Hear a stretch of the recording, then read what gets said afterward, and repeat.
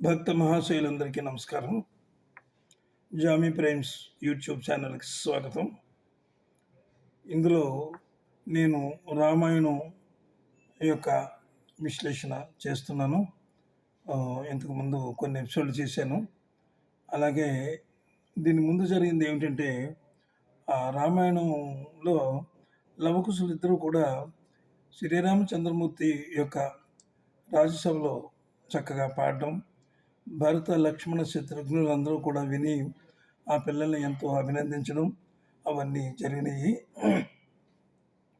అయోధ్య నగరంలో ఇదంతా జరిగింది.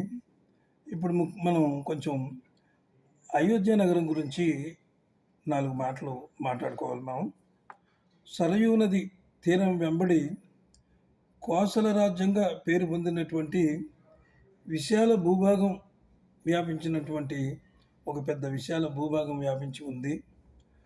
అక్కడే ఆ దేశం అంటే ఆ భూభాగంలో ఉంది. ఆ దేశంలో సస్యశ్యామలమైనటువంటి ఆ ప్రదేశంలో సస్యశ్యామలమైనటువంటి పాడి పంటలతోనూ అలాగే సిరి సంపదలతోనూ తొలతూగుతూ ఉన్నటువంటి ఈ విశాల రాజ్యాల్లో అయోధ్య నగరం ఒకటి.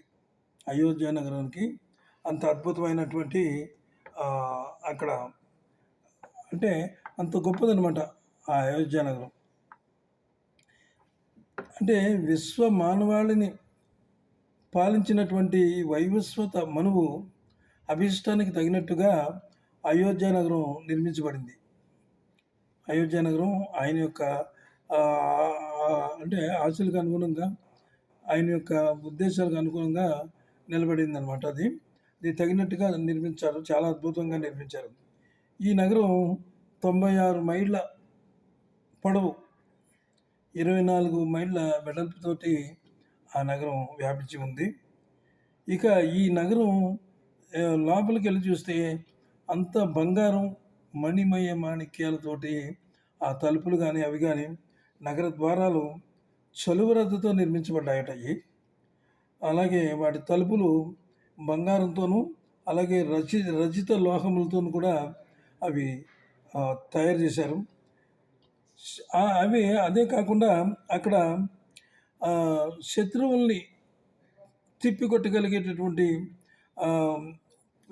అంటే శత్రువుల్ని తిప్పికొట్టగలిగేటటువంటి సామర్థ్యం కలిగినటువంటి చాలా పెద్ద ఎత్తుగా ఉన్నటువంటి ప్రాకారాలు అక్కడ ఉన్నాయి. ఎత్తైన భవనాల మధ్య అంటే అన్ని రకాలుగా కూడా శత్రువులు వస్తే వాళ్ళని ఎలాగైతే వాళ్ళని తిప్పికొట్టాలి అనేటటువంటి అన్ని రకాలు కూడా అక్కడ సమృద్ధిగా ఉన్నాయన్నమాట. అలాగే వీధులకు ఇరువైపులా కూడా, ఆ వీధులకు 2 వైపులా కూడా ఎత్తైనటువంటి భవనాలు, సంగీత వాయిద్యాల నుండి వచ్చేటటువంటి ప్రకంపనలు అంటే ప్రతిధ్వనిస్తూ ఇంద్రుడి రాజధాని అయినటువంటి అమరావతిని మరిపించే విధంగా ఉందట ఆ అయోధ్య నగరం. అయితే ఆ నగరానికి సకల భూమండలాన్ని పాలించే మహారాజు దశరథ మహారాజు. ఆయన చక్రవర్తి, రాజర్షి, అలాగే మహర్షి స్థాయికి చెందినటువంటి అసమాన ధీరుడు అనమాట. ఆయన అంత గొప్పవాడైన ప్రజల్ని కన్న బిడ్డల్లా చూస్తూ, ప్రజలు అక్కడ ఏ లోటు, ఎవరికి ఏ విధమైనటువంటి లోటు రాకుండా, అసలు కష్టాలు అనేవే లేవు అయోధ్య నగరంలో. అంత గొప్పగా ఆయన పాలిస్తున్నాడు. అయితే అన్ని రకాలుగా కూడా ఆయనకి సంతృప్తి ఉన్నప్పటికీ, అలాగే ఆయనకి ధనానికి లోటు లేదు, ధనధాన్యాలు సమృద్ధిగా ఉన్నాయి. అంటే మణిమాణిక్యాలతోటి తొలతూగుతుందా ఆ దేశం. అంతటి వైభవోపేతంగా ఉన్నటువంటి ఆ దేశంలో ఆ మహారాజుకి ఒక అసంతృప్తి ఒకటి ఉంది. అసంతృప్తి అంటే ఆ అసంతృప్తి ఎలాంటిదంటే, నిజంగా ఆయన అది గుర్తొచ్చినప్పుడల్లా దశరథ మహారాజు మనసంతా బెంగతో నిండిపోతుందట, గుండె బరువెక్కిపోతుందట. అలాగే ఈ విషయం, ఆ బెంగ ఏమిటో, ఆ విషయం ఏమిటో అనేది ఆయన భార్యలకు కూడా తెలుసు. అది అదేమిటి ఆయనకి అంత బెంగ ఎందుకు వచ్చింది? ఎందుకు ఆయన మనసు బెంగతో నిండిపోతుంది? ఎందుకు అలా గుండె బరువెక్కిపోతుంది? ఆ విషయం రాగానే మనసులోకి అది ఏమిటి? అది అనేది మనము మరి ఆ బెంగ గురించి, ఆయన యొక్క పడుతున్నటువంటి ఆ ఇబ్బందుల గురించి చాలా నిజంగా ఆయన ఏది అసలు పాలన బాగానే ఉంది. పాలన బాగానే చేస్తున్నాడు.